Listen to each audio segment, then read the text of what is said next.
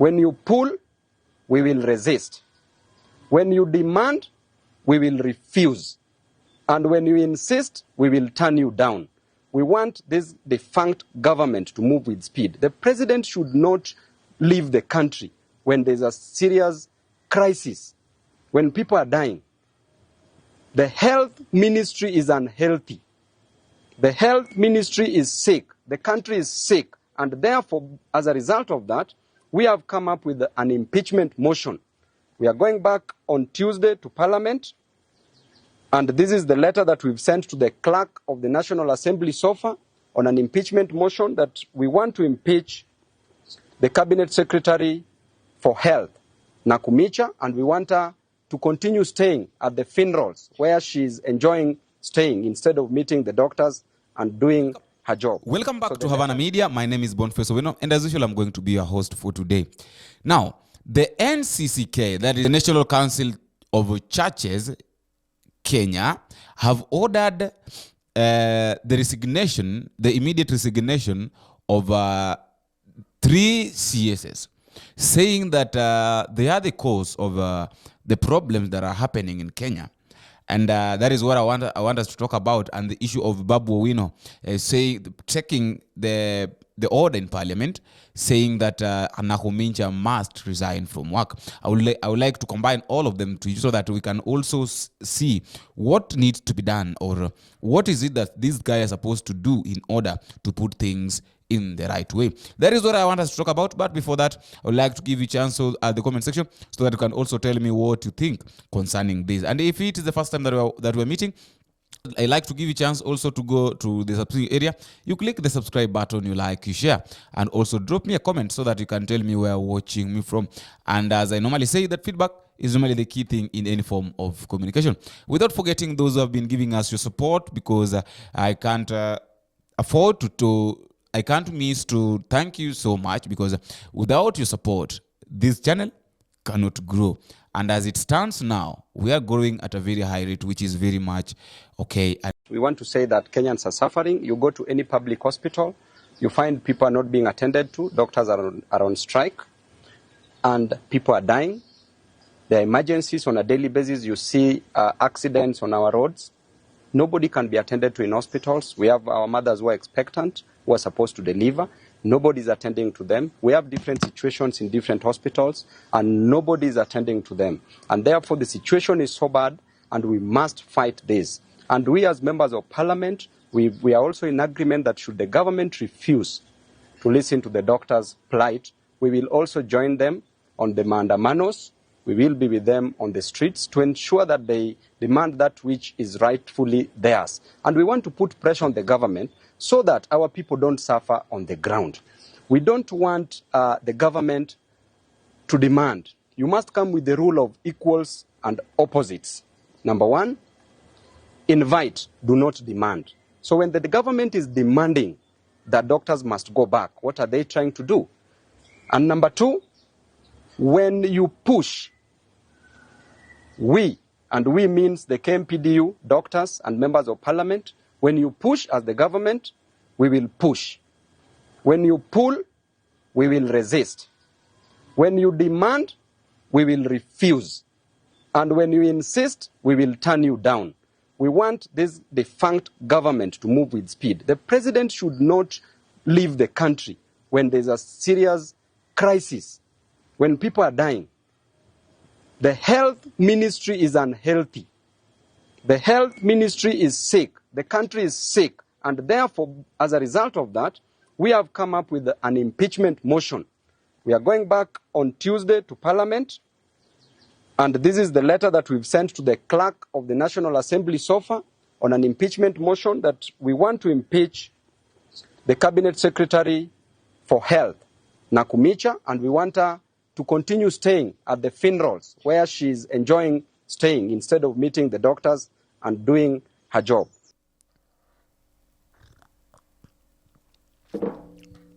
Now, jumping back to our topic,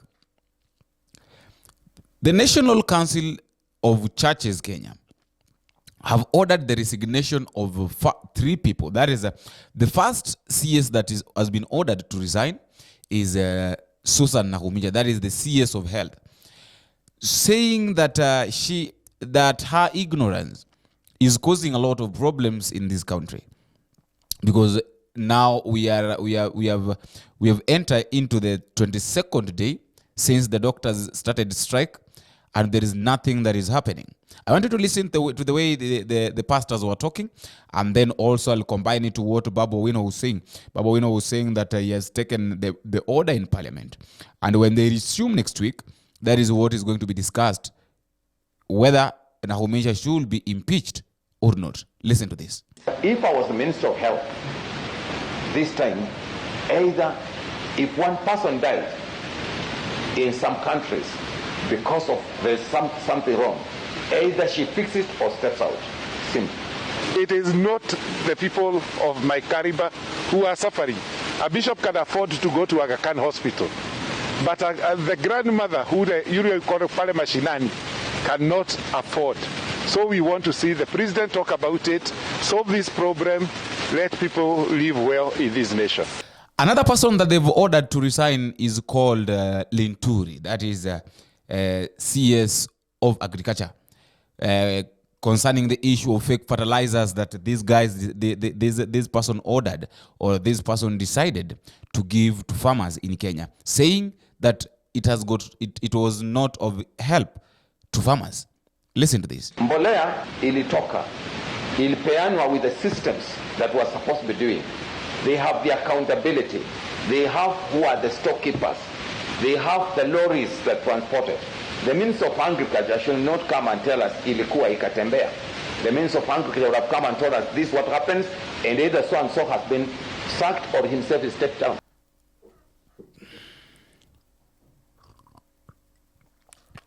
And the last person that they've ordered to resign is Kipchumba Murkomen. That is the CS. Rate of corruption in this country. We must have consolidated effort with the police and NTCA and all the systems concerned, because there must be something wrong. For those vehicles to do what they are doing right now, either things have gone out of hand. They are saying that following the occurrences, or following the increase of accidents in the country, there is something that needs to be done in the center, or in the sector of transport, and the only thing that needs to be done is to allow, or to give CS Murkomen chance to resign from work, so that someone who is able to receive can be in the office, so that there can be some peace and lack of loss of lives. Now, I want us to talk about this issue of NAKHUMINCHA, because that is the main thing here. I want us to relate all these three things, all these three CSs, because I also support what the NCCK said. Let us take a look at this. If NAKHUMINCHA, despite all these things, her work is to go to burials, to talk just the way Babu Owino is saying. Her work is to go to burials, to talk about negative things that are not supposed. She has entered into politics instead of helping Kenyans. The doctors have been on strike for almost 22 days now. She's not even bothered about that. She's not even calling any meeting, maybe any briefing. The only time that she's seen outside in the community or publicly is when there is a burial somewhere. That is where she goes and she talks the way she wants. I told you the other day that the reason as why NAKHUMINCHA feels like no one will take her out of office is because the office she was given by Moses Wetangula, that is the Speaker of the National Assembly, because the health sector is under his docket. But now that is not the big problem. The big problem is you have been given chance to lead Kenyans. You have been given opportunity to give Kenyans direction, to help other people. What are you doing concerning that? We are seeing a lot of accidents happening all over the country. Just the other day, we lost 10 people. Now, this is the way accidents have been happening. There are some 10 people who lost their lives in Makueni, and then there are 11 people who have been killed at Salama. There's 11 people who have been killed along Salama, that is Mombasa-Nairobi highway. And then just the other day, students lost their lives. There are some who are injured. But now the problem is, these accidents are happening while doctors are on strike. The big question is this: who will take care of these people that have been taken? Who will nurse these people's wounds? Someone has been taken to the hospital. There is an accident that has occurred. Someone has been really injured, has been rushed to an hospital. It means that when someone is rushed to an hospital, this one is an emergency. Now, emergency should be responded to very fast as possible. Now, the big question is, who will respond to these emergencies if the doctors are on strike? The docket of transport and the docket of health, these things goes hand in hand. So in case there will be reshuffling of the docket of CS or of the docket of health, there should also be reshuffle in the docket of transport. Because when we look at the issue of transport, there is no safety belt nowadays. The police traffics are just taking money from if you're traveling on a public means, you'll come to those who've been traveling or frequently, you'll concur with me, or you'll bear with me this a witness that there is no checkup that traffic police normally do. What they do when a vehicle comes, what the conductor does, the conductor puts something like 100 shillings in his hand. And they don't even bother, they don't even need to stop the vehicle. What they do, they slow down, and then the conductor puts his hands out. The traffic police take the money, puts in the pocket, and the vehicle goes. Whether the car has got a lot of people, whether the vehicle has carried excess, they don't care. And these are the kind of things that causes a lot of problems and a lot of accidents around. There is no proper checkup like the time of Kina Machuki. We're not seeing that. During the time of Machuki, every vehicle had, every PSV car vehicle had got safety belt. Nowadays, there is no even use of safety belts because what these guys want, they want to put a lot of money in their pockets. They want to go as fast as as many trips as they can, without even taking care of. They don't. What these guys don't know is that if you cause an accident today because you are in a hurry to go to as many trips as possible, who will you carry tomorrow? That is where now these guys miss. If you cause an accident today because you are in a hurry to go to make as many trips as possible, which trips will you make tomorrow? Or which people will you carry tomorrow? Yet the people that you are supposed to carry are in hospitals. But the main thing is here that these guys should resign. I also support the NCCK that these guys need to resign, because if they don't resign, if NAKHUMINCHA doesn't resign, then a lot of people are going to lose their lives, because doctors will not go back to work. Public hospitals will lack doctors. And the other day, there is something that Oparanya said, and I also supported him. In one of my videos, I talked about it. That when Oparanya said that NAKHUMINCHA has to understand that the people that she is dealing with are more learned than even her.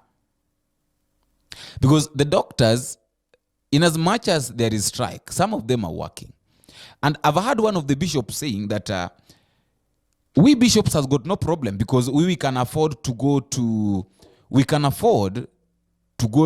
great hospitals, even to go to outside countries. We can even decide to go to be treated outside the country. But now the big question is, how will that old mama from the village be treated? Will she be able to travel abroad so that she can get treatment? She cannot. So there are some of the things that we also need to understand. We need to understand as Kenyans. I don't know what you think, but on my opinion, I think that these guys needs to resign. But now the problem, another problem here, we have a very big, this is now where the problem comes. As I wind up, this is now where the problem comes in. We have the president who doesn't even talk about these issues. The president himself doesn't even talk about the crises that are happening in Kenya. I've never heard the president talking about the issue of accidents since it started. I've never heard the president talking about the issue of floods. The other day we had some of the policemen were swept away by flood in Nairobi, and even in Mombasa we had what happened. The president did not even respond. He did not even talk about that. Now the president is not even talking about the health. And I told you the reason as to why the president is keeping quiet is because he cannot get into Wetangula's docket, simply because Wetangula is one of his trustees. That is what I said. That the reason as to why President William Samoei Ruto cannot even talk about the issue of doctors is because the health sector is under Wetangula's docket.